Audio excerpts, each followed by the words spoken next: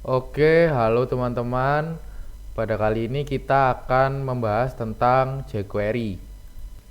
Nah, jadi pembahasan kita pada kali ini adalah apa itu jQuery, bagaimana cara pakai jQuery, lalu sintaks jQuery itu kayak gimana, dan yang terakhir juga ada contoh penggunaan dari jQuery. Nah, untuk memulai kita akan mengenal apa itu jQuery terlebih dahulu. Jadi di sini website resmi dari jQuery yaitu jQuery.com. Di sini dijelasin apa itu jQuery. jQuery itu adalah JavaScript library. Artinya dia itu adalah library dari JavaScript. jQuery itu fungsinya kita bisa memanipulasi HTML elemen. Selain itu kita juga bisa event handling. Event handling itu kita bisa tergantung eventnya apa, kita bisa melakukan suatu action. Selanjutnya adalah animation. Animation ini kita juga bisa membuat animasi menggunakan jQuery. Walaupun jarang sih dipakai animation ini. Lalu yang terakhir kita juga bisa melakukan request Ajax. Nah, itu adalah kegunaan dari jQuery. Selanjutnya kita akan langsung ke cara pakainya. Nah, jadi kita akan membuka website Web3 School. Di sini akan seperti ini tampilannya. Yang pertama ada home. Sebelumnya kita tar dulu. Nah, di sini dijelasin jQuery itu apa. Ini tadi udah.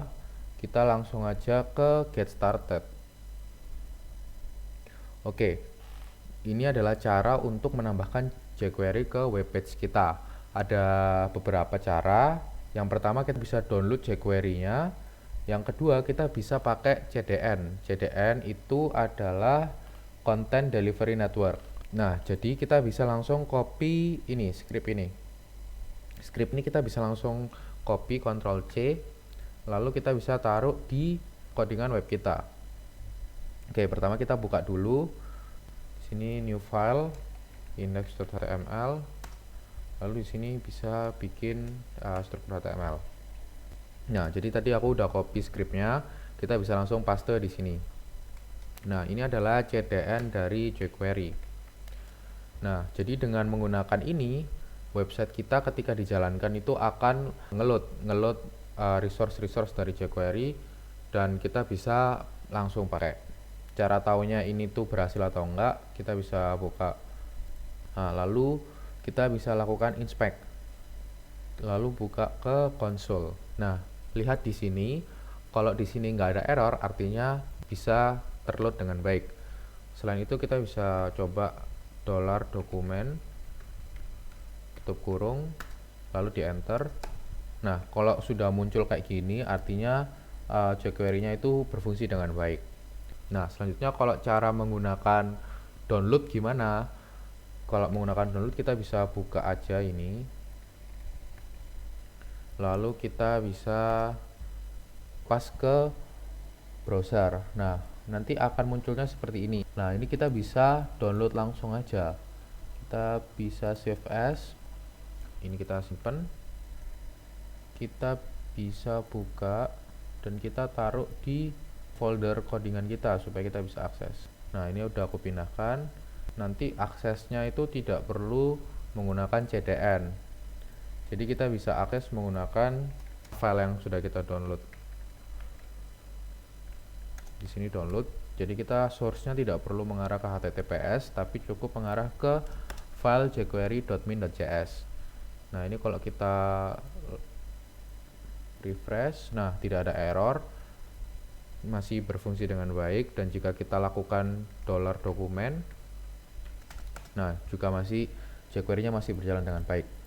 Selanjutnya, setelah cara pakai, kita akan belajar mengenai sintaks. Kita akan membahas mengenai sintaks. Nah, untuk sintaksnya jQuery, buka kurung, selector, tutup kurung, .action, buka kurung, tutup kurung. Nah, untuk $ ini adalah simbol untuk mengakses jQuery. Lalu untuk selector, merepresentasikan elemen HTML yang ingin kita manipulasi. Nah, itu kita bisa tentukan apa yang ingin dimanipulasi. Lalu untuk action ini adalah actionnya, kita ingin apain nih elemen yang kita udah select. Kita bisa coba aja. Pertama bikin dulu H1.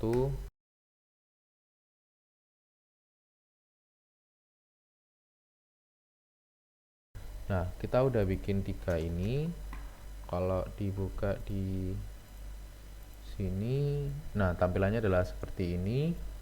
Dan kita akan coba untuk menghilangkan tiap-tiap elemen ini. Nah, untuk menggunakan jQuery, kita lihat di bawah. Sebelumnya kita tuh harus menambahkan dokumen ready ini. Dokumen ready kita tambahkan di sini. Nah, ini kenapa kok masih putih codingannya? Karena kalau kita mau menggunakan jQuery, kita itu harus menggunakannya di dalam TypeScript. Nah, kalau udah di TypeScript, kita baru bisa pakai. Nah, lalu pertanyaannya kenapa kok harus ada dokumen ready sebelum kita menggunakan jQuery? Karena dokumen ready ini seperti codingannya ya, kita baca dokumen.ready. Artinya kita akan menunggu dokumennya ini ready atau sudah selesai di load. Jadi kalau misalnya kita ke website, kalau misalnya kita refresh, itu kan ada loadingnya ya di sini ya. Nah, biasanya pokoknya kan ada loading di sini, yang loading thread gitu. Nah, itu biasanya kita nunggu sampai loadingnya selesai, baru kita mengakses jQuery-nya. Karena jQuery itu harusnya diakses setelah loading dari dokumen itu selesai, supaya tidak terjadi hal-hal yang tidak diinginkan. Nah, setelah kita menggunakan dokumen ready, kita bisa langsung memasukkan sintaks dari jQuery, yaitu $, tadi selektor. Selektor ini adalah elemen HTML yang kita ingin manipulasi. Di sini kita akan coba H1. Sebelum memasukkan selektor, kita ketik 2 dulu, H1, dan juga actionnya. Actionnya kita akan coba hide. Jangan lupa titik koma. Nah, apabila kita buka di websitenya, nah H1-nya akan terhide. Ini adalah fungsi dari jQuery. Lalu kita coba kalau misal div class gimana. Kalau class, ketika kita ingin memanipulasi kelas, kita harus menambahkan titik di depan nama kelasnya. Jadi kita tahu kalau titik ini merepresentasikan kelas. Dan jika kita refresh, ini div dengan kelas tes hilang. Ini div dengan ID ya yang benar ya. Ini div dengan kelas tesnya sudah hilang. Nah, tersisanya ini div dengan ID test. Nah, kalau ID gimana? Kalau ID kita bisa pakai pagar untuk di depannya. Nah, dapat dilihat kalau misalnya semua elemennya itu sudah terhide. Itu adalah contoh penggunaan dari jQuery secara simple. Kita bisa lanjut. Selanjutnya adalah event. Event ini adalah action yang dilakukan oleh klien terhadap web page. Ada beberapa macam event, seperti ada mouse event, ada keyboard event, ada form event, ada dokumen atau window events. Yang paling umum digunakan itu biasanya yang klik event ini. Nah, untuk penggunaan event seperti apa? Nah, ini ada example, kita bisa coba. Nah, di sini sudah terbuka, kita bisa baca. Kita baca dulu codingannya. Di sini ada scriptnya, ini CDN. Di sini ada dokumen ready-nya. Ini memastikan dokumennya sudah terload, sudah selesai di load, baru kita menjalankan jQuery-nya. Di sini untuk jQuery-nya, selektornya adalah P. Jadi P, ketika P actionnya adalah klik, jadi ketika P diklik, kita akan melakukan hide terhadap disk. Kalau kita coba run, ketika kita klik, nah dia akan disappear. Ketika klik lagi, dia akan hilang ke hide. Nah, ketika klik lagi ke hide. Itu salah satu event dari jQuery, yaitu klik. Masih banyak untuk event-event lain, itu bisa dicoba-coba sendiri, dan kadang-kadang juga kepake tergantung kebutuhan dari websitenya. Kadang kalau ada yang lumayan unik gitu, kita bisa pakai event yang lain. Itu untuk event. Oke, selanjutnya untuk effect.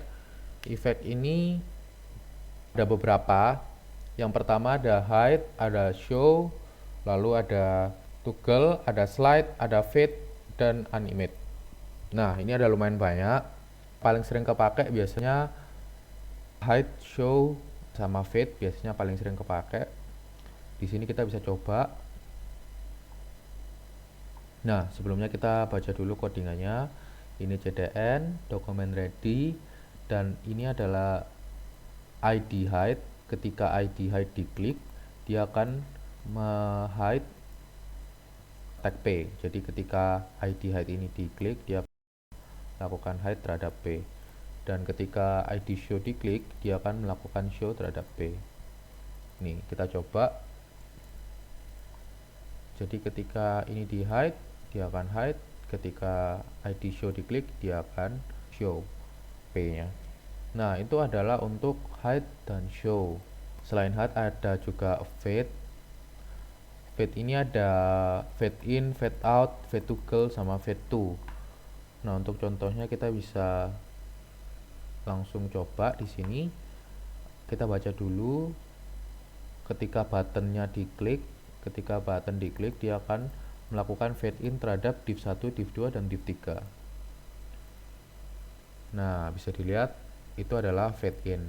Jadi dia akan muncul secara perlahan. Nah, untuk fade in ini biasanya kita itu pakai milisecond untuk durasinya biar smooth. Jadi kita nggak pakai slow atau fast. Tadi kan bisa slow atau fast ini untuk parameternya. Nah, kalau slow atau fast itu agak susah untuk ngira-ngiranya berapa detik. Jadi biasanya biar smooth itu kita pakai seperti ini. Jadi 1 detik, 2 detik, 3 detik. Itu kalau kita run dia akan smooth. Nah, 1 detik, 2 detik, 3 detik.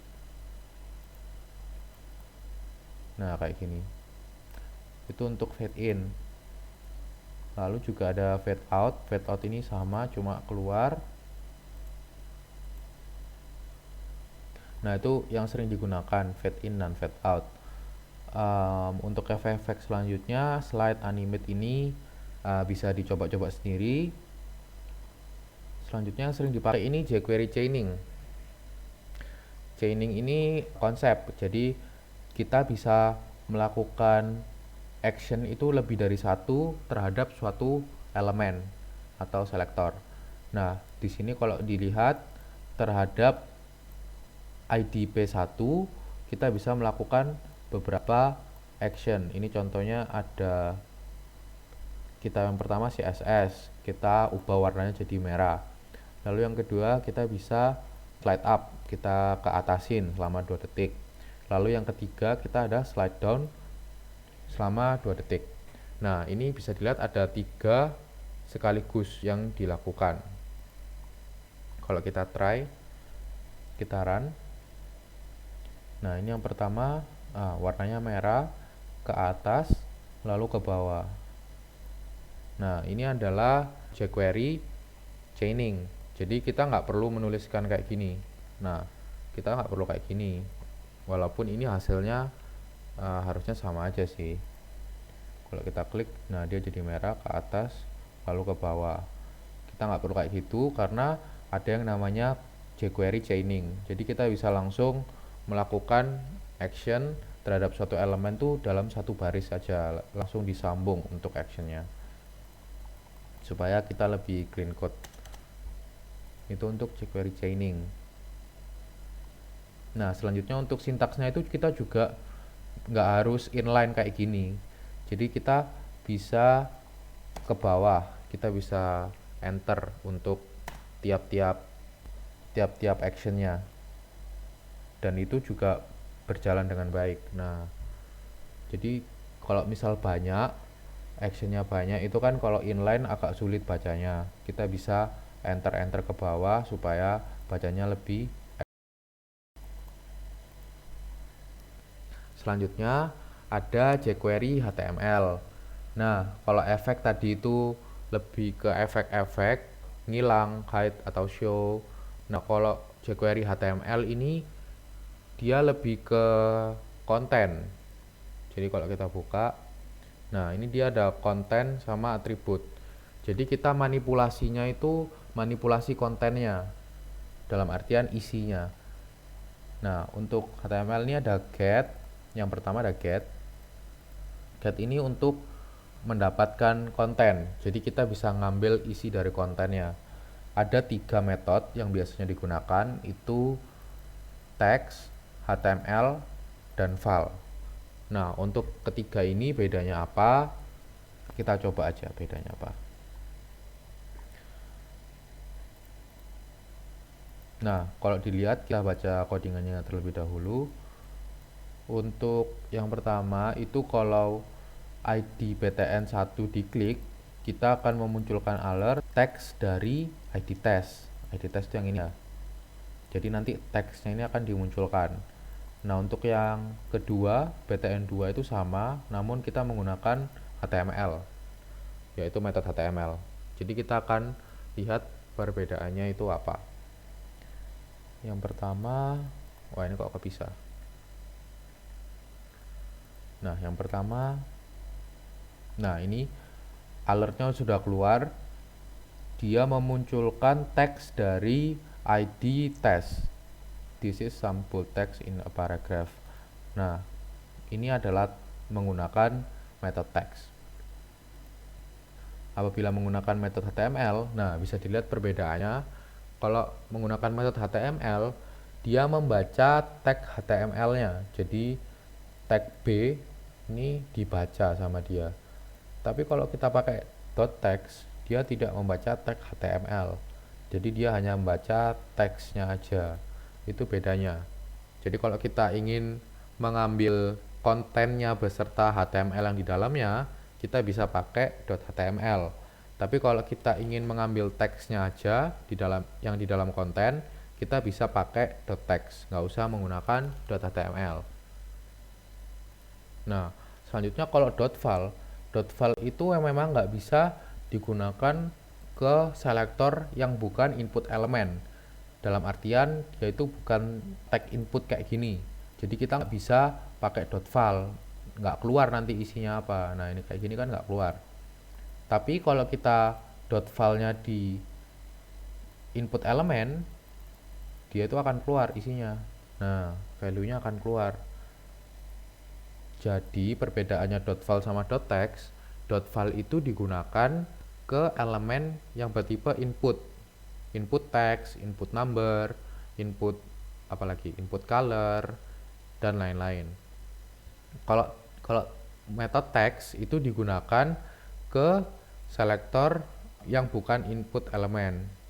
Contoh kayak tag p, tag div. Kalau kita mau ambil kontennya, kita bisa pakai .text atau .html. Tapi kalau input elemen, kita harus pakai .file. Selain kita bisa get atau ngambil konten, kita juga bisa set konten. Untuk metodenya sama, text HTML sama file. Bedanya kita harus mengisikan parameter ke dalam metodenya. Jadi contohnya kayak gini, .text, kita akan mengubah ID test1. Ini adalah test1. Kita akan ubah kontennya menjadi hello world. Ini kan kontennya this is a paragraph. Ketika kita klik PTN1 yang ini, nah bisa dilihat kontennya berubah menjadi hello world. Itu adalah set text. Nah, bedanya kalau set HTML apa? Kalau set HTML, ketika kita klik, nah dia membaca tag HTML yang diberikan di parameter. Kalau misal kita masukin B ini ke dalam .text, itu dia nggak akan kebaca. Nah, dia kebacanya sebagai teks biasa. Tapi kalau kita masukin ke dalam .html, dia akan kebaca sebagai HTML. Jadi tag HTML-nya akan berfungsi, tag B-nya ini. Nah, kalau .file ini dia mengubah isi dari input elemen. Jadi kalau input elemen tetap menggunakan file. Jadi kalau set value ini kita bisa rubah langsung dolida. Itu untuk set value. Kalau kita mau kosongin, kita tinggal string kosong kayak gini aja. Jadi misal kosong, nah kayak gini, dia langsung kosong. Oke, yang selanjutnya ada add. Add ini menambahkan suatu konten ke dalam elemen. Nah, bedanya kayak set, add ini dia menambahkan, bukan mengganti. Jadi yang lama masih ada, ditambahkan sesuatu yang baru. Nah, untuk add ini yang sering dipakai biasanya append sama prepend. Append ini dia menambahkan di akhir konten. Kalau prepend ini dia menambahkan di awal konten. Contohnya kayak gini. Baca dulu. Ketika ID PTN1 diklik, dia akan menambahkan ini B appended text ke dalam tag P. Jadi tag P ini nanti dia ditambahkan. Jadi kalau kita klik, nah dia akan ditambahkan. Ini append. Coba kalau kita prepend. Coba kita run. Nah, prepend akan menambahkan di belakang. Itu bedanya append sama prepend. Selanjutnya ada remove. Untuk remove ini kebalikannya add, yaitu menghilangkan atau menghapus konten atau elemen. Untuk bedanya remove sama empty apa, kita coba aja di sini. Kita baca codingannya. Kalau button diklik, dia akan meremove ID div1. ID div1 yang ini ya. Oke, jadi kalau button diklik, dia akan meremove ID div1. Di dalam div1 ada 3 ini kontennya. Oke, kita coba remove div element. Nah, hilang semua kan untuk divnya. Kalau kita coba inspect aja.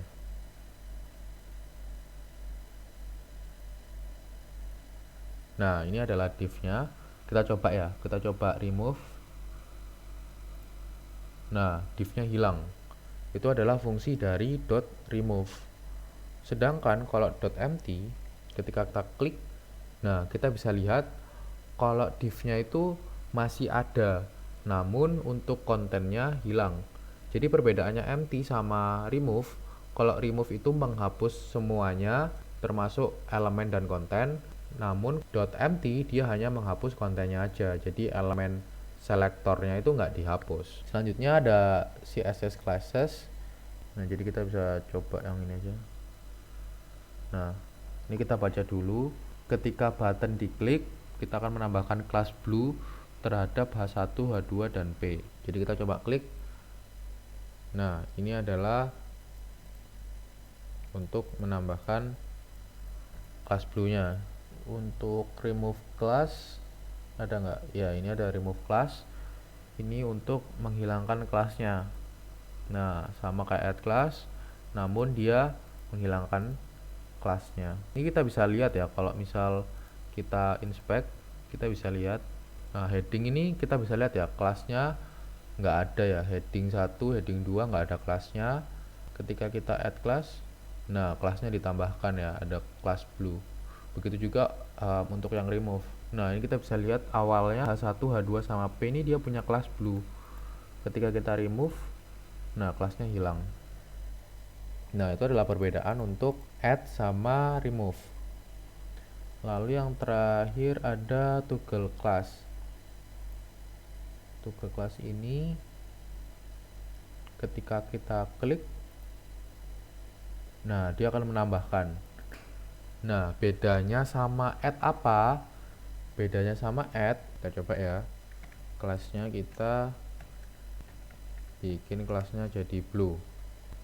Inspect, lalu kita coba untuk lihat perubahannya. Jadi bisa dilihat ya, H1 dia nggak punya kelas, H2 ada kelas blue, P nggak ada kelas, button nggak ada kelas. Coba kita toggle. Nah, bisa dilihat yang H1 kelas blue-nya nambah, H2 kelas blue-nya hilang, P-nya kelas blue-nya nambah. Nah, jadi bedanya toggle class sama add class, toggle class ini semacam gabungan antara add class sama remove class. Jadi kalau misal suatu selektornya ini, selektor yang kita inginkan ini sudah memiliki kelasnya, kelasnya itu akan di remove. Dan sebaliknya, kalau misal selektornya belum memiliki kelasnya akan ditambahkan di add class. Jadi dia akan ada semacam boolean gitu. Nanti dicek dulu apakah ini sudah punya kelasnya atau belum. Kalau belum ditambahkan, kalau sudah punya, kelasnya dihapus. Selanjutnya ada jQuery CSS. CSS ini udah dicoba di awal ya, yang CSS color itu. Jadi kita bisa nambahin CSS, terus nanti propertinya apa sama value-nya. Lalu untuk dimension kita bisa ngasih width sama height. Ini bisa dicoba-coba sendiri. Ini sama kayak add class gitu, cuma dia itu langsung width-nya berapa. Nah kayak gini, dia langsung width-nya berapa, height-nya berapa gitu. Jadi langsung nambahin angka untuk width sama height-nya. Oke, yang selanjutnya adalah jQuery traversing. Nah, jQuery traversing ini apa? Traversing ini lebih kita ke manipulasi suatu elemen berdasarkan parent dan child-nya. Inheritance. Nah, jadi ada namanya relasi. Dia parent atau child. Jadi, kalau kita lihat, ini ada contohnya. Contohnya seperti ini. Jadi ini kalau digambarin di codingan kayak gini. Pertama ada div. Nah, terus di dalam div itu tadi apa? Ada UL. Ada UL. Di dalam UL ada 2 LI. Di LI yang pertama ada 2 span. Span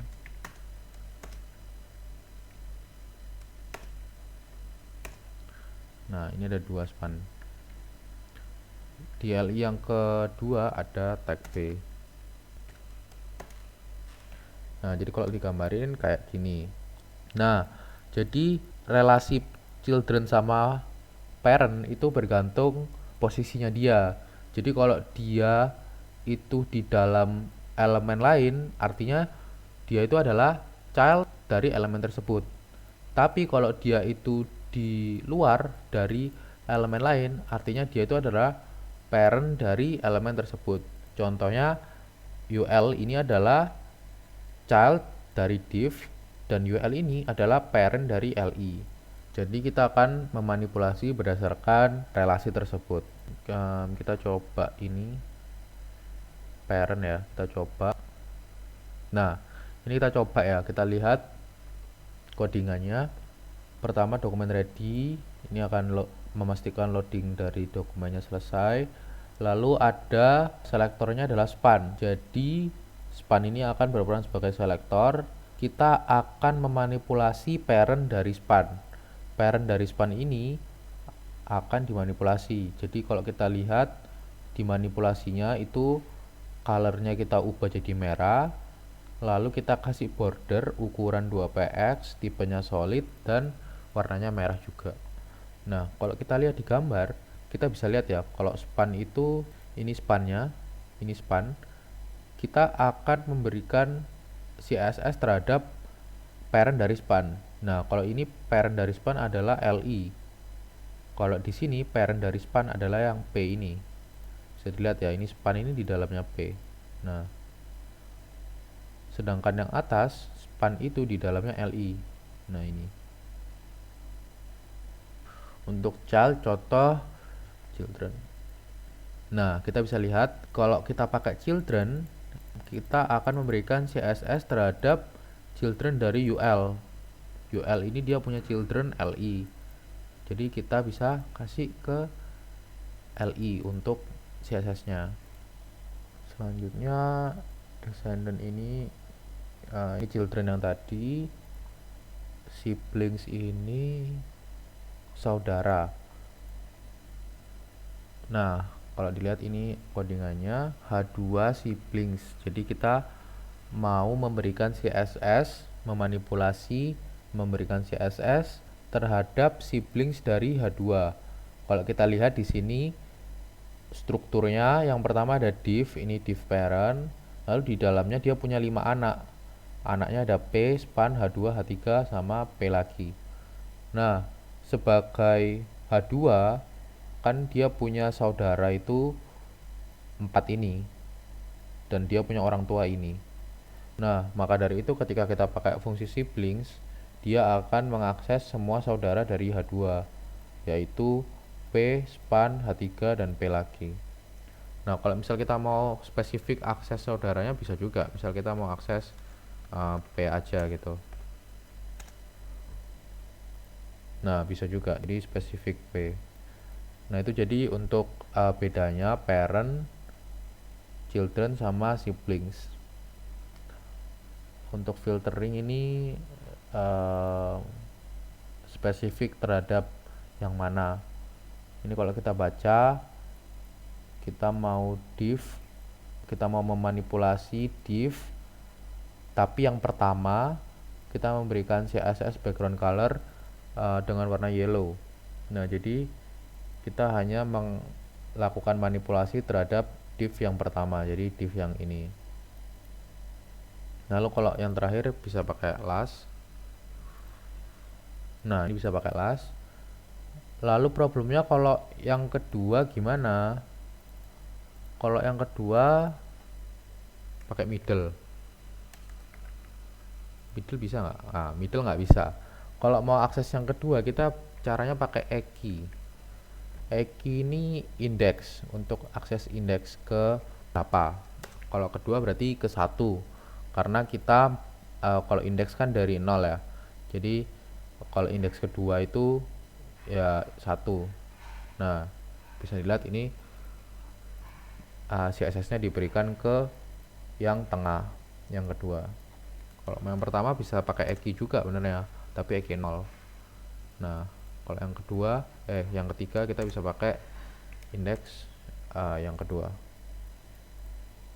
Nah, itu untuk filtering first, last. Nah, ini key. Nah, itu untuk traversing. Jadi kita memanipulasi berdasarkan relationship antara parent, children, atau siblings. Dan juga tadi juga ada first, last, sama key. Itu yang biasanya sering dipakai. Lalu lanjut ke Ajax, ini nanti akan dijelaskan di pembahasan belajar berikutnya. Jadi pembahasannya sampai sini dulu. Untuk yang lainnya bisa dicoba-coba sendiri, lihat tutorial YouTube kalau mau, ada banyak, bisa dilihat sendiri. Oke, sekian untuk pembahasan, bisa dilihat sendiri. Oke, sekian untuk pembahasan dari jQuery. Apabila ada salah kata mohon dimaafkan. Terima kasih.